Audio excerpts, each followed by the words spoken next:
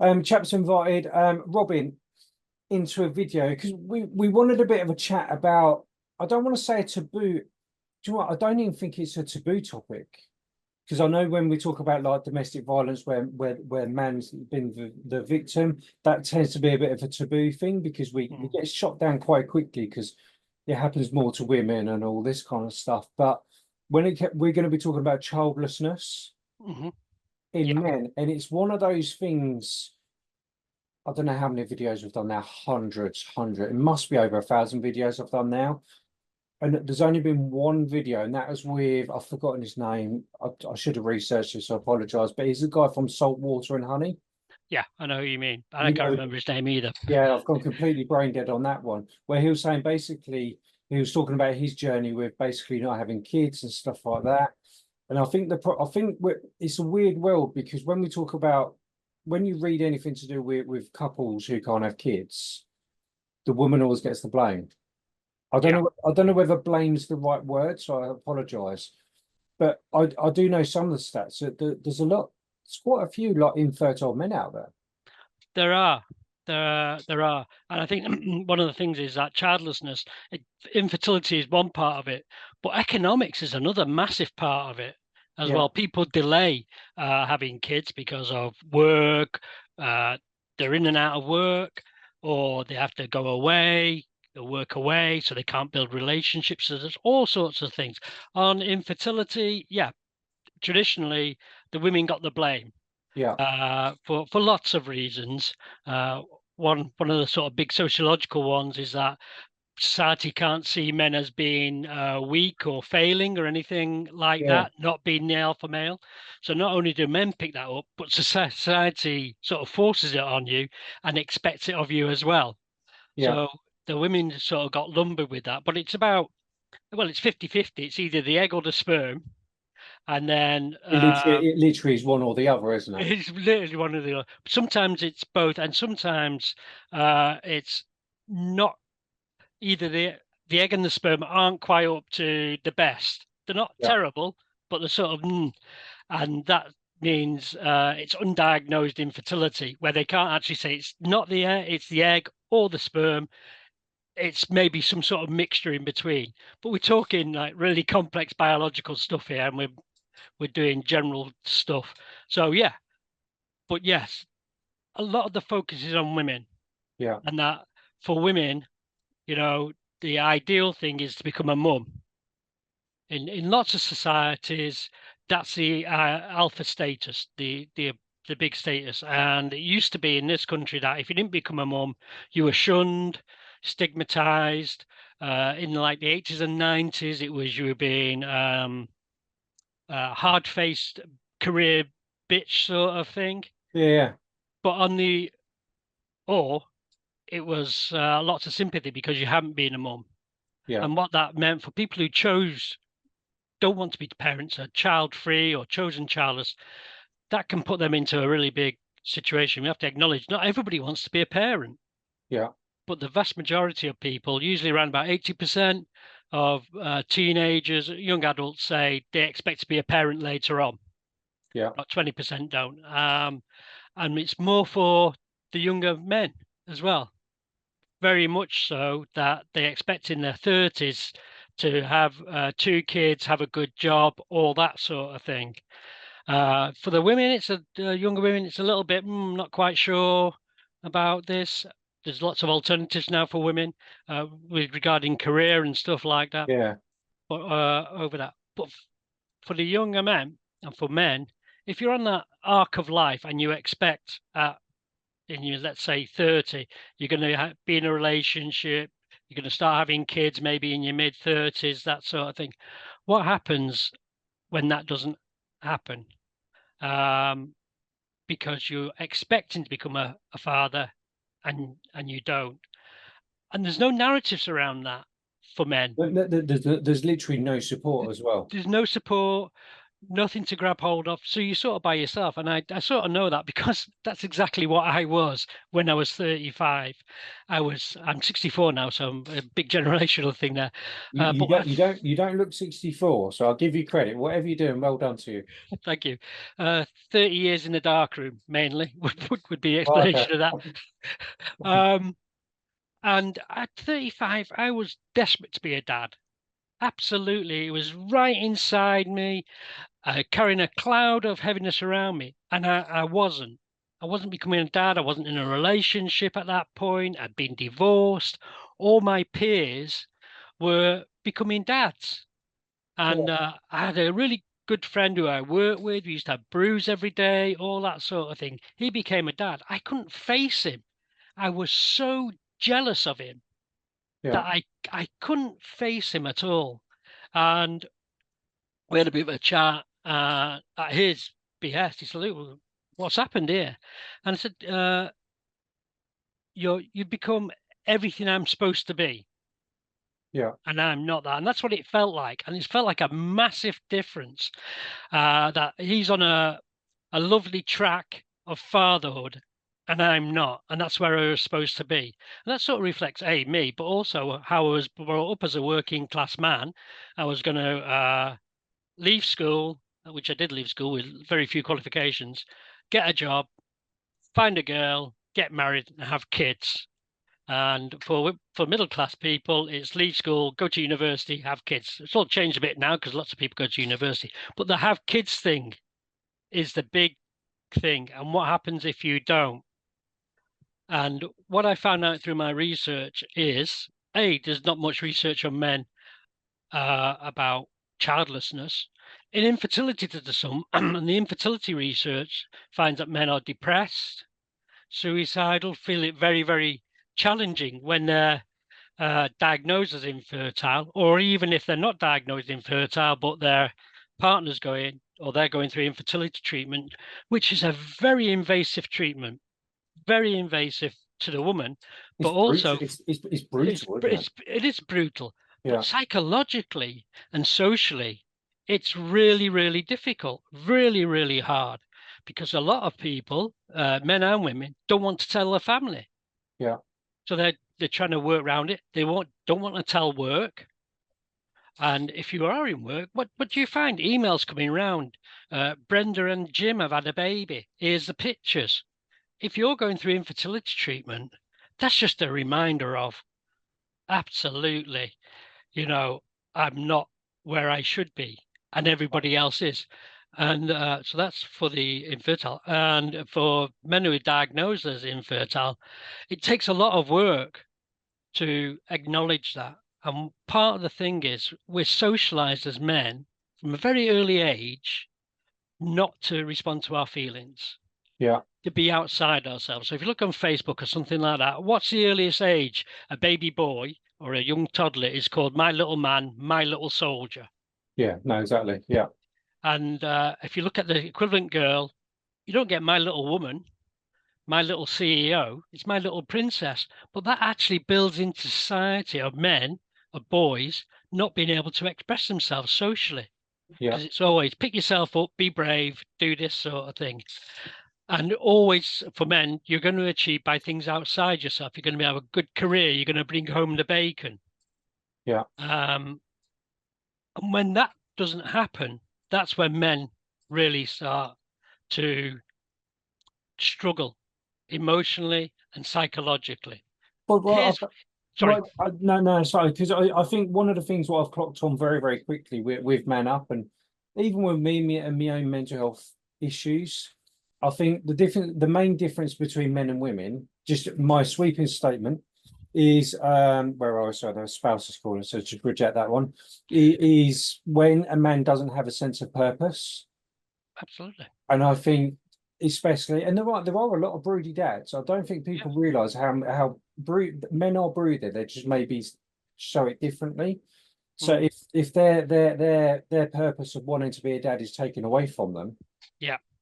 Yeah. that's and there's no I've only had a quick Google, like there's not much support. No. for There's that. not. So I don't even know if there's any like groups, like so if a bloke discovered he was infertile, or even there's just issues in the relationship. Yeah. Yeah, again, I don't want to pass blame whether it's a man or woman. No. Sometimes life just happens. Yeah. But I couldn't find. There's a few groups for Yeah. women. For Yeah. men, couldn't find any. Yeah.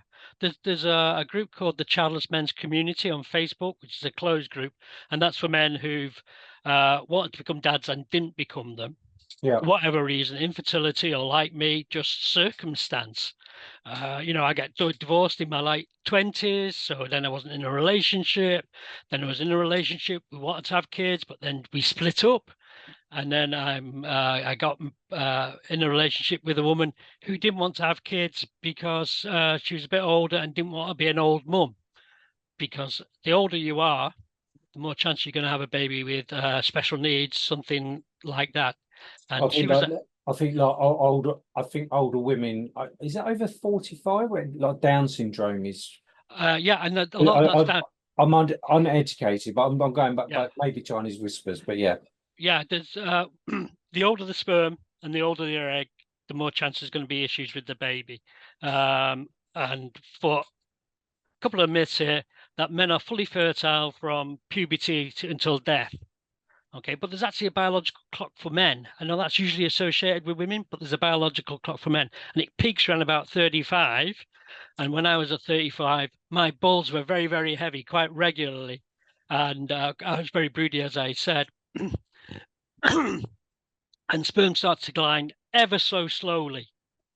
But also not only sperm but eggs as well.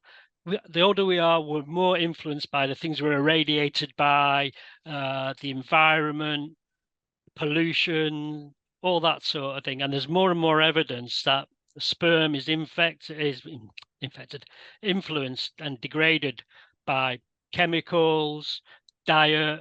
well, it's the pill as well, isn't it? In the water. There's that. There's all sorts of stuff. Yeah, Yeah. that's Or another and thing. contraception pills, isn't it? I Yeah, think yeah. there's something. But yeah, again, But there's yeah, loads of stuff out there just to be aware of. So if you wanted to be a sperm donor, for example, so I'm 64, they wouldn't have me. They'd say no thanks. To be a sperm donor, uh, usually cut off age is 35, sometimes 40. Not many people realize that, and that's because of that slow degradation in sperm. There, so that's one of the things, and also that men aren't bothered about becoming fathers. That's a big myth that goes around. yeah.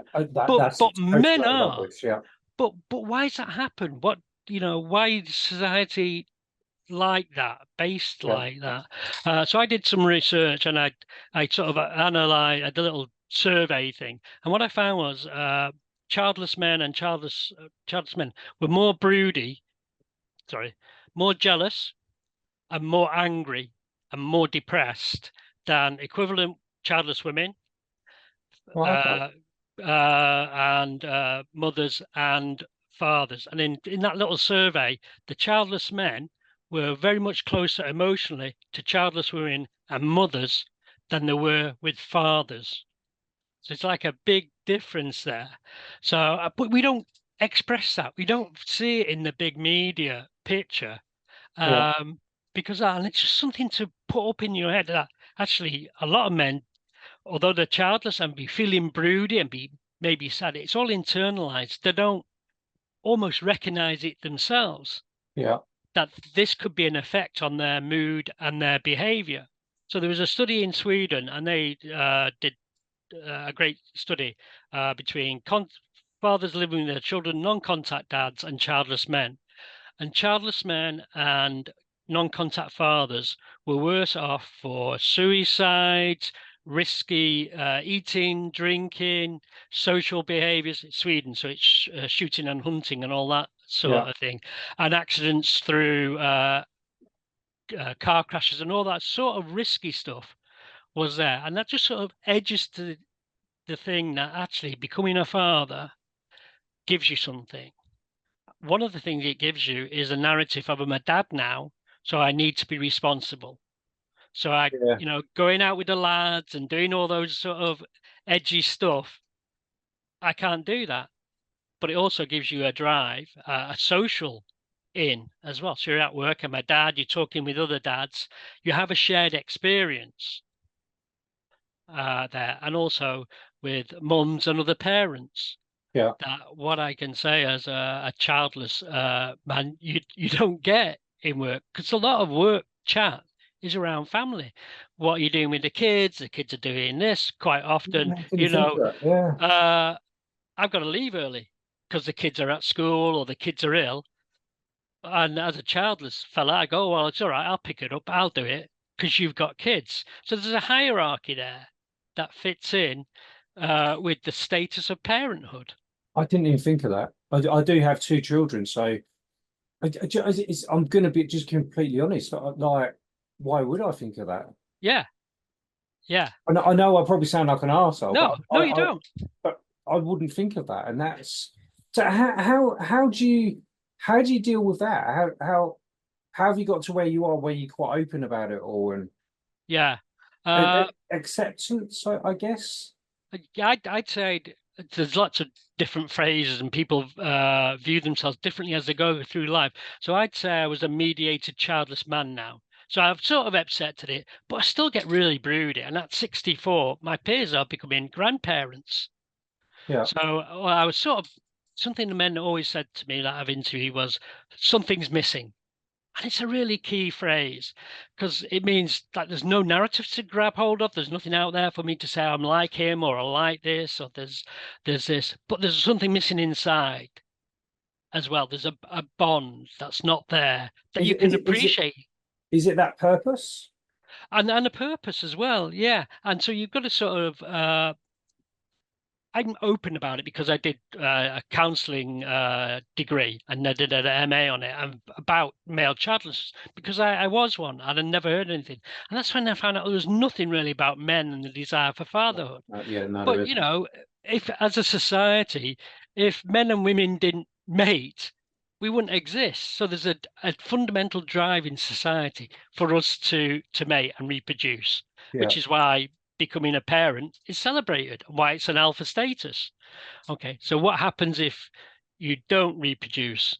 Then when all that expectation is around, if you look at the papers and the adverts, any car advert, it'll be a young couple and then suddenly they have kids. Yeah. And No, you're right, it's yeah. all over, or hoovering, any sort of thing. Kids come into it all the time. I mean, they're doing it because they're trying to sell to that particular set, but it's reflective of what happens. And so I did that, and that's when I found out actually these men have no voice, Yeah. and so I better stand up and say, actually, there's about 20% of the UK population of women is childless. About 25% of men in the UK are childless. And that goes around the world. So there's more childless men than there are childless women. And I think this just needs to be up there. And usually childlessness is related to infertility, but it's really hard to say how many people are childless through infertility and how many are childless through circumstance, like me. Relationships breaking, economics, how you're brought up. If you're shy, you're not good at making relationships, then there's a window almost of when to reproduce. Yeah. And if you're a bit late on that window, which I was because I was really shy, then that influences you all through life and how you make relationships. So it's really fundamental there about reproduction. And so, yeah, I did my MA, then I did my MSc, which looked at to see whether that thing about women are broody and men aren't bothered was true, because there didn't seem to be any science around that. Is it the many conversations I've had, I think that's a load of bollocks. Yeah, and it is, and that's where I got that thing, and it's round about the same, which is again sort of fits in with the biology, Yeah. because we need to reproduce. But it's amazing how that myth just got absorbed in, and how that dismisses men and dismisses their feelings and how they want to be. So why do men struggle? Part of the reason they struggle is because they want something, but they get frustrated and they can't express it in just, I'm really broody. You know, I Yeah. really want to be a dad. You know, if I went down to a pub as a, I don't know, 28-year-old, 28 years going on the pub, whatever 28-year-olds do these days anyway, and when I'm really broody, I'm desperate to be a dad. In my day, I would have laughed out of, get the piss taken out of me. And I guess the same thing happens now, maybe Yeah. slightly differently, but if you're a woman and saying that, you get treated probably differently. Yeah. No, And that absolutely. with Yeah. sympathy, with empathy around that, because this is natural. It's natural to be a mother, but it's also natural to be a father. But somehow that's been skewed, that actually men aren't bothered when they are bothered. And if you haven't got an outlet, Oh, I think I might have lost you there.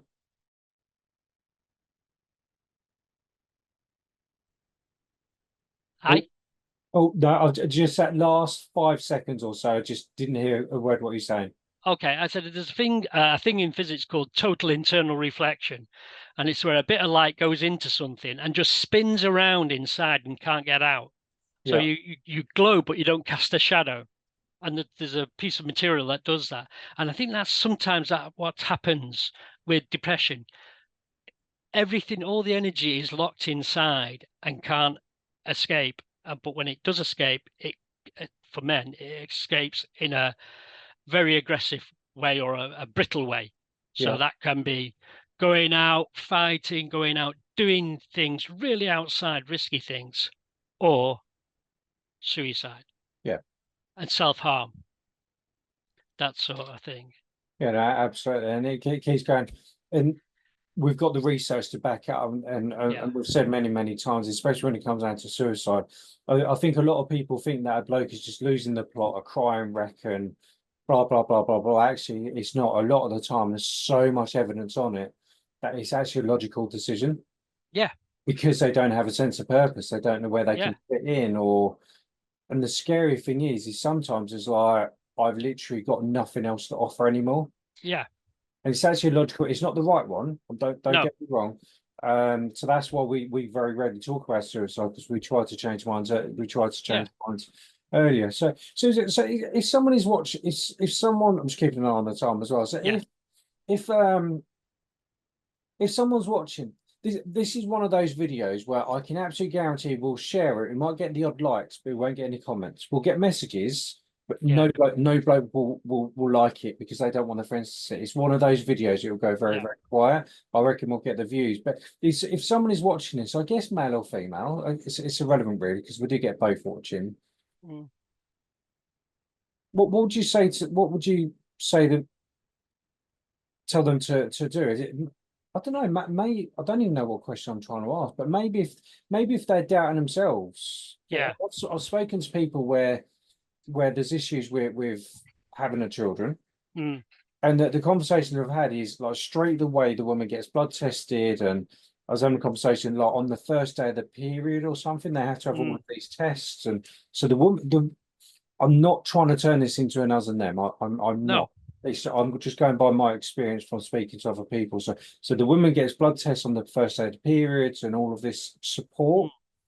And then after all of those tests, is like, oh, actually, it might be the man's fault. So mm, let's get him to have a little bang one out. mm. What would you say for someone who might be going through that? Did that make sense? It did make sense. Yeah, yeah, you're absolutely right. The focus is on the women medically as well. It Yeah, it shouldn't be because they all should know it's 50-50. And yeah, so if you're being tested for your woman, you're being tested for your fertility, the bloke should be being tested as well at the yeah, exact same time because it could be 6 months you're doing your test and then suddenly, oh, it's a bloke. And you're thinking, I've lost 6 months. If you are doing that and your man's not being tested, raise that one up very, very quickly yeah. on that. It may save yourself some time. What I would say is to the men, you're not alone. Remember that stat, 20% women, 25% men. Just So because it's that's not, mental. Didn't have a clue. But yeah, uh, again, I'm going to be arrogant. Why would I have a clue? Because yeah, yeah, because yeah. Go on. Sorry. no, why would you have a clue? Because it's Yeah, all around the women and not around the men. yeah, Um, so you're not on your own. just because there's not a narrative around there for you easily to occupy, doesn't mean to say there isn't one. If you're going through infertility treatment, they will offer you counselling. You may have to pay, but also if you go to BICA, which is the British Infertility Counselling Association, they're specialist counsellors that deal with infertility, but childlessness, miscarriage, loss, all that sort of thing. So they're very good. So counselling is a great way, no matter what your reason for being childless is. So that's a great way. There's a British Infertility Network as well, which is a really good umbrella organisation. There's more and more coming out around fertility, a little bit around men, but it's growing. It's definitely growing. It's out there. There's definitely a Facebook group for men going through infertility treatment. Again, a closed one, but very popular. And as I said, there's a childless men's community. There's World Childless Week is coming up in September, which is an online event all around childlessness from all sorts of perspectives, professional, people's experience, how people work their way through it. So that's something to keep your eye out. And in the end of September in Chester, there's a thing called Storyhouse Childless, which is a weekend about childlessness for childless people. So again, keep your eye out for that. Speak to someone is the thing. Look it up. I've got stuff on my website of where to go and stuff like that. You're definitely not alone. And it's acknowledging it. If you acknowledge it outside yourself and you can hear yourself, then that's a great way of just actually keeping this thing in isn't doing me any good. Yeah, it just destroy you. Yeah. That's it, isn't it? It really is. But can I just chuck in there as well? I know it's a Christian thing, but there is salt water and honey as well. Yeah. And I think some of their content is just absolutely fantastic. Yeah. And so I did do a video with them, must be a good 2 or 3 years ago. Yeah. And I think they're just so compassionate. Of just the content is just absolutely brilliant. But yeah, I think it is. Yeah, just don't bottle it up, isn't it? And if saying like 25% of men actually are childless, which that blows my mind. Actually, I thought it would be like tiny. Yeah. That's blown my mind. I was going to say that cheers me up a little bit, but that I don't know whether that's yeah. I think I'm trying to say something. I don't know what I'm trying to say, but it does emphasise that blokes aren't alone. Yeah, you're not alone, and you're not in a silo. Yeah. Okay. Do you? I'm going to break our rules actually. So, do you offer counselling? You're a qualified counsellor, aren't you? I am a qualified counsellor, but I don't offer counselling because I went into the research aspect of things, so it wouldn't be appropriate for me to do that. Yeah. Yeah. No, that's cool. Well, let me hit the record button because that's thing. 1 second. Where's the record button gone?